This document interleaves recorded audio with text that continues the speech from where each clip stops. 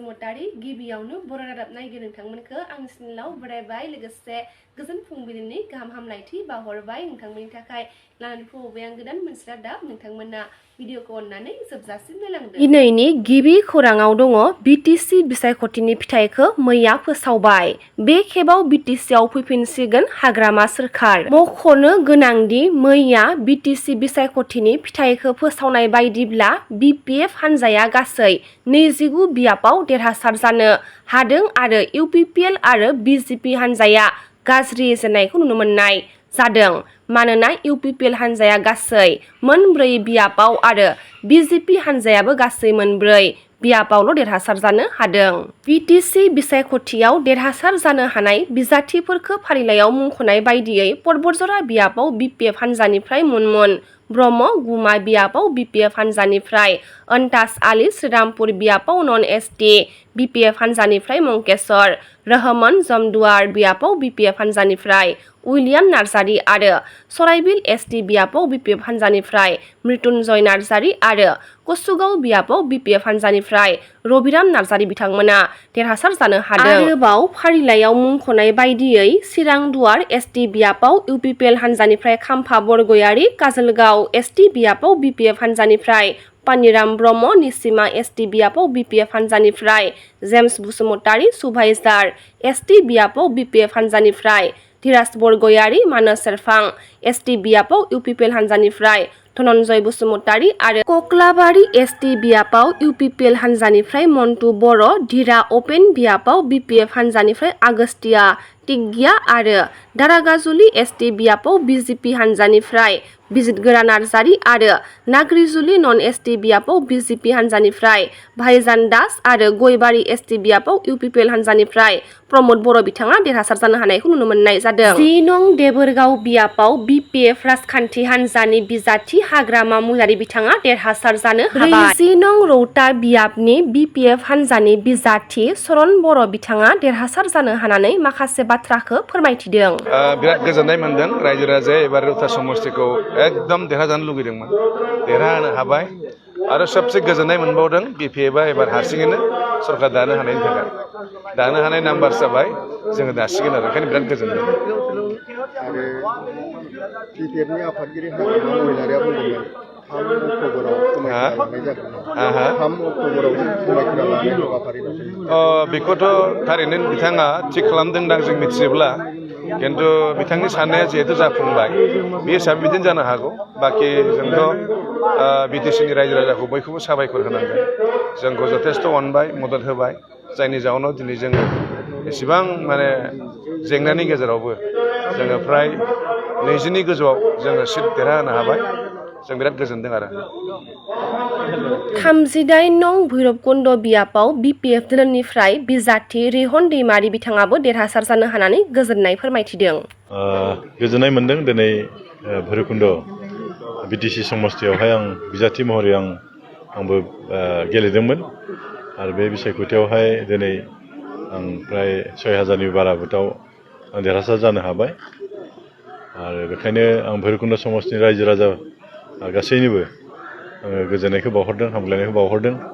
बिथांमोना आंखौ अनबाय, अनुग्रह खालामबाय आरो दिनै आं देरहासार जानो हाबाय।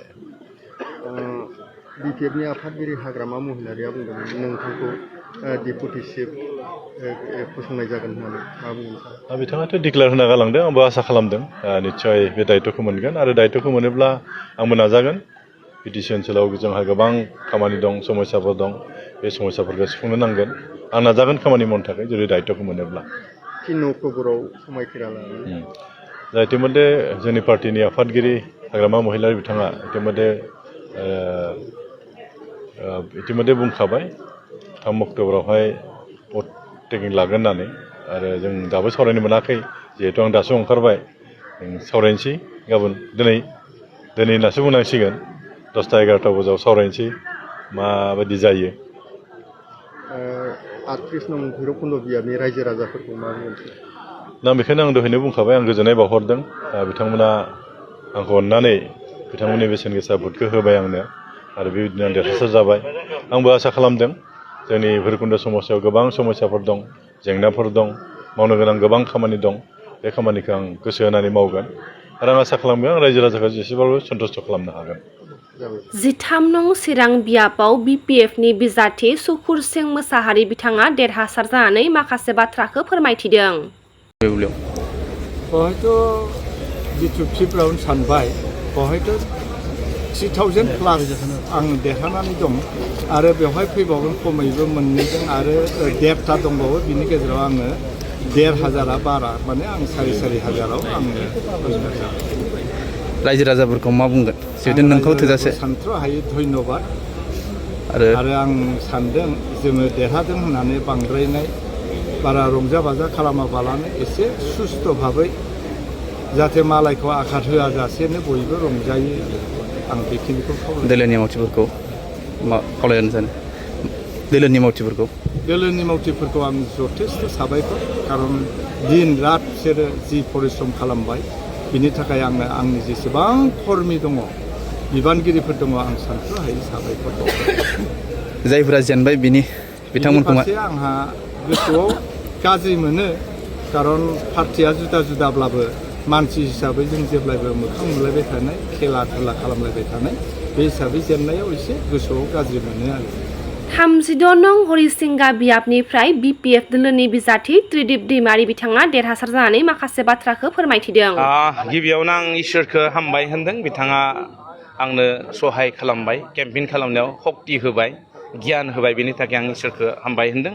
नैथियाव आं हामबाय होनदों जोंनि दोलोनि गाहाय हाग्रामा महिलार सारखौ बिथांखौ खारन बिथाङा आंनो टिकेट होबाय आरो लोगोसे जिल्लानि दैदेनगिरिफोर BK प्रेसिडेन्ट रिहन सार आरो सरन बरु प्रेस मोसाहारि बिथांमोनखौ आं धन्यबाद होदों बिथांमोना आंखौ गाइड होनानै दैदेनलांबाय आरो लोगोसे आं हामबाय होनबावदों जोंनि समष्टिनि जोंनि ब्लकनि जेसेबां मावथिफोर दङ बिथांमोना डेडिकेटेडलि खामानि मावबाय प्राइमारिफोरनि वर्कार्सफोरा डेडिकेटेडलि खामानि मावबाय बेखायनो आं बिथांमोनखौबो आं हामबाय होनदों खारन बिथांमोन गैयाब्ला आं दिनै देरहानाय नङामोन आरो रायजो राजाखौबो आं साबायखर बावदों मानोना रायजो राजाफोरा आंखौ अनसायबाय आरो आंखौ नाजावनानै लाबाय गोबारै आंनो भट होनानै आंखौ देरहासार खालामबाय बिनि थाखाय आं गथै जोंनि हरिसिंगा समष्टिनि रायजो राजाफोरखौ आं साबायखर बावदों। बेसेबां भट मोननानै नोंथाङा देरहा?